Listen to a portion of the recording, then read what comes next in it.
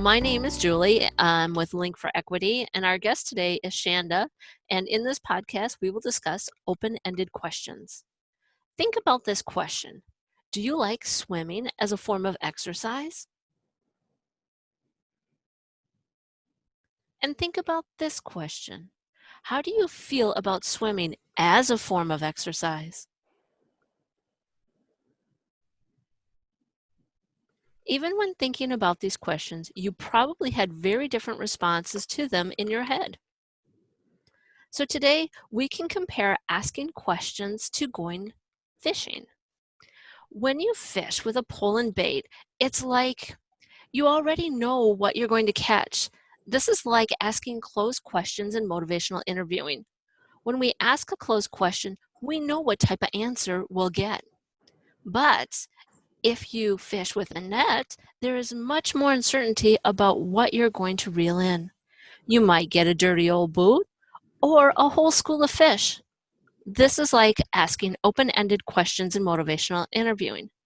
When we ask an open-ended question, we open the door to the unknown, and that might make us feel insecure or uncertain.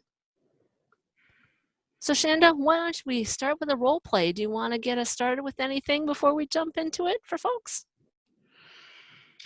Um, sure. So let's talk about going back to work at a university in the fall. What a great relevant topic. All right. So Shanda, talk to me a little bit about going back to work this fall. Well, with the kind of loosened restrictions, I think some people are going back to the university this summer. And with my particular job, we have the opportunity to go back in the fall, and we might actually have an option to continue to work from home. So I'm weighing this. Do I want to be in the office where I can socialize with my friends and colleagues and see people? Or how do I feel about being in closed office spaces? We're actually moving to a new space where there isn't much protection around us at all. We'll be in kind of like a very open cube type situation. So I'm not sure how I feel about that. Sounds like you're really thinking this through, weighing the pros and cons. I am. I'm currently leaning towards not returning to the office, but I do feel like I kind of need to see how summer goes. And with the loosening restrictions, do we see a spike in COVID-19 cases? I don't know. Like everything else, it feels kind of up in the air right now. Lots of uncertainty, so you're taking that wait and see approach. I am a wait and see approach, but also um, what's best for me mentally, I think is going to be different than maybe what health wise best practices would be. You're really wanting to make sure that the environment's safe for you and that you really feel like you're present. Yes. So share with me a little bit about the conditions that you think are important for making the decision of when you want to go back into the office. That's interesting. I actually haven't thought about that, kind of like almost creating this conditional situation for myself, kind of like a set of standards. Um, I guess, okay, so one thing they might do is since we're moving into a new space, they might keep some of us in the old office and put some of us in the new office to keep us separate. And the old office is a crappy 1950s building filled with asbestos. And the new building is gorgeous. And I actually have a view of campus from the windows behind me. So I don't have any windows in my current cube. So I think that might be a factor. Um, if they were going to keep me in the basement of an asbestos building, I may as well just stay home where I can go outside. I mean, of course, I can go outside at the university. They don't keep us trapped there, but I just have natural light that comes in, and so that might be a factor. Also, what are the protections that they would put into place at the new space? Because, like I said, it's really open concept cubes, which is different than now. So, are they going to install barriers between us? We're literally face to face. So, we're not even 6 feet apart, and our cubes actually face each other. So, I would be looking directly at another person. So what kind of barriers are going to be in place for that? Am I going to have to wear a mask at work all day? That would drive me nuts. I can barely make it through the grocery store with a mask on. I do it, but that's hard for me. So it sounds like on one hand, you're excited about this new space that you're going to be moving into, but on the other hand, it sounds like you're also feeling like you're not certain what they're going to put in place, and you just want to feel comfortable going into this new space that's fresh without having to wear some old mask on your face. Yeah, that's right. I mean, it's kind of surprising me, but I feel like which space I'm going back to has more of an impact than I thought it did. Yeah, it seems to be playing a bigger role in kind of your decision making process that you're going through. Yeah, I think that's a fair statement. Yes.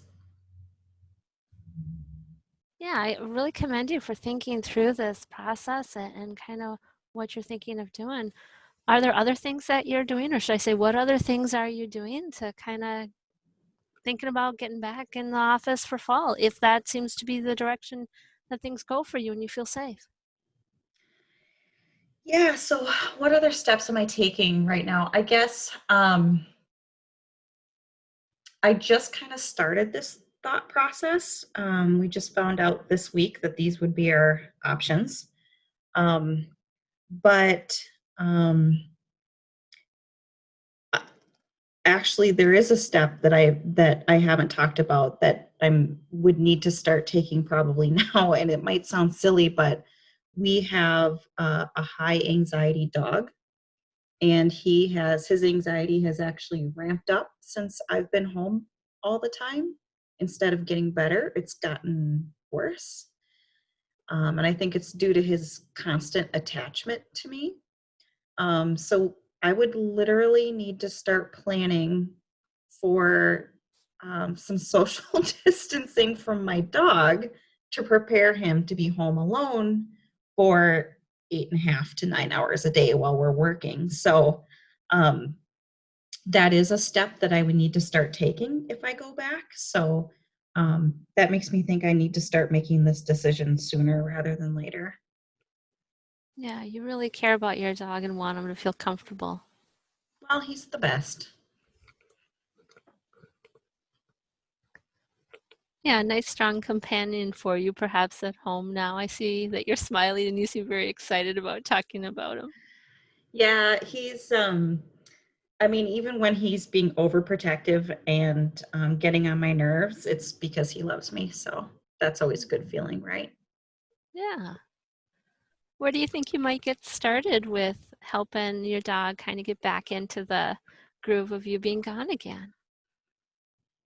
I would need to, I actually have started thinking about this already. I would need to start leaving the house every day without him.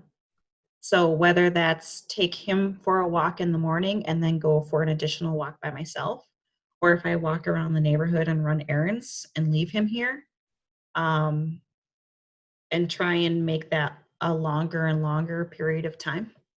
I think that would probably help. That's one way I can start doing this. Yeah. Just really trying to expand that time apart that you're having with them. Exactly. Yeah.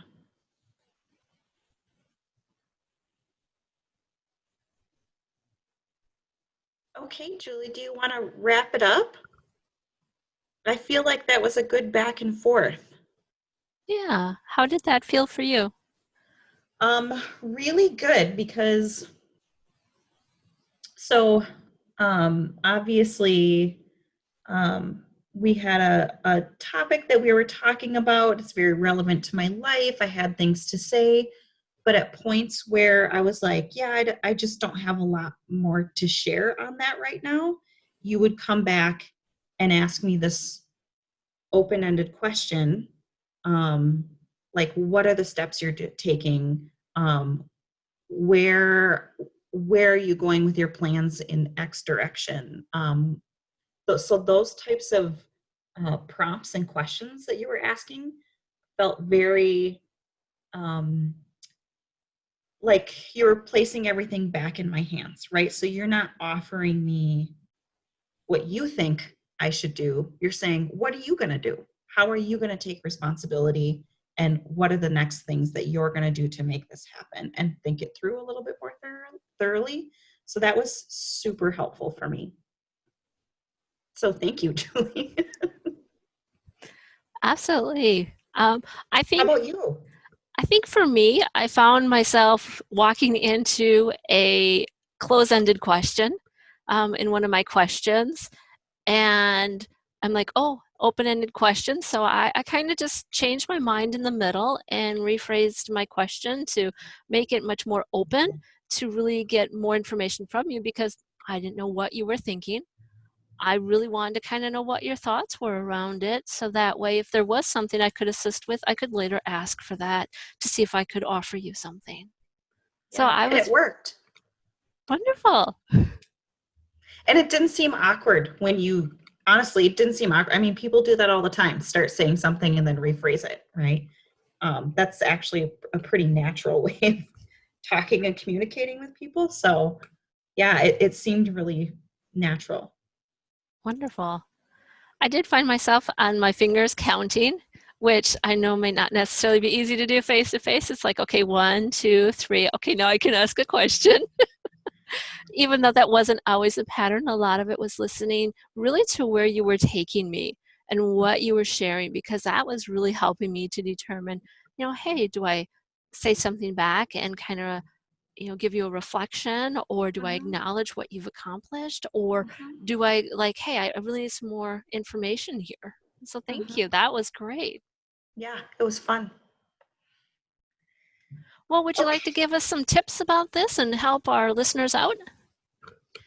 Yeah, I would like to talk about something that Julie just alluded to, which was she was counting on her fingers.